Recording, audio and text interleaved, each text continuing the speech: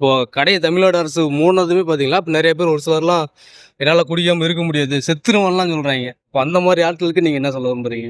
இல்ல இப்ப நானே ஒரு ட்ரிங்க்ஸ்ல அடிக்ட் பெர்சன் தான்.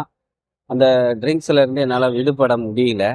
நானும் எவ்வளவோ போராட்டம், கை, கால் நடுக்கம், சாப்பிட முடியாம, இப்ப வீட்டுக்கு வாடகை கூட குடுக்க முடியாம, புள்ளைங்களுக்கு ஃபீஸ் கட்ட முடியாம, அந்த ஒரு அடிக்ட் பெர்சனா தான் இருந்தேன்.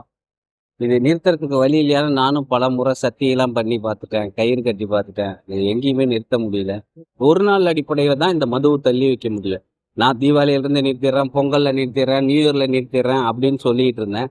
இந்த 24 ஹவர்ஸ் இந்த 24 மணி நேரம் அந்த மதுவிலிருந்து நான் விலகி இருக்கணுன்ட்டு, நானும் இப்போ ஒரு 2 1/2 வருஷமா அந்த மதுவிலிருந்து விடுபட்டு ஒரு நல்ல வாழ்க்கை. உடல்நிலை ஆரோக்கியமா இருக்குது. கை, கால் நடுக்கம் இல்ல.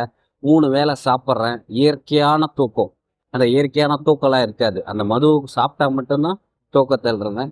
இன்னைக்கு கொஞ்சம் ஆரோக்கியமா இருக்கேன்.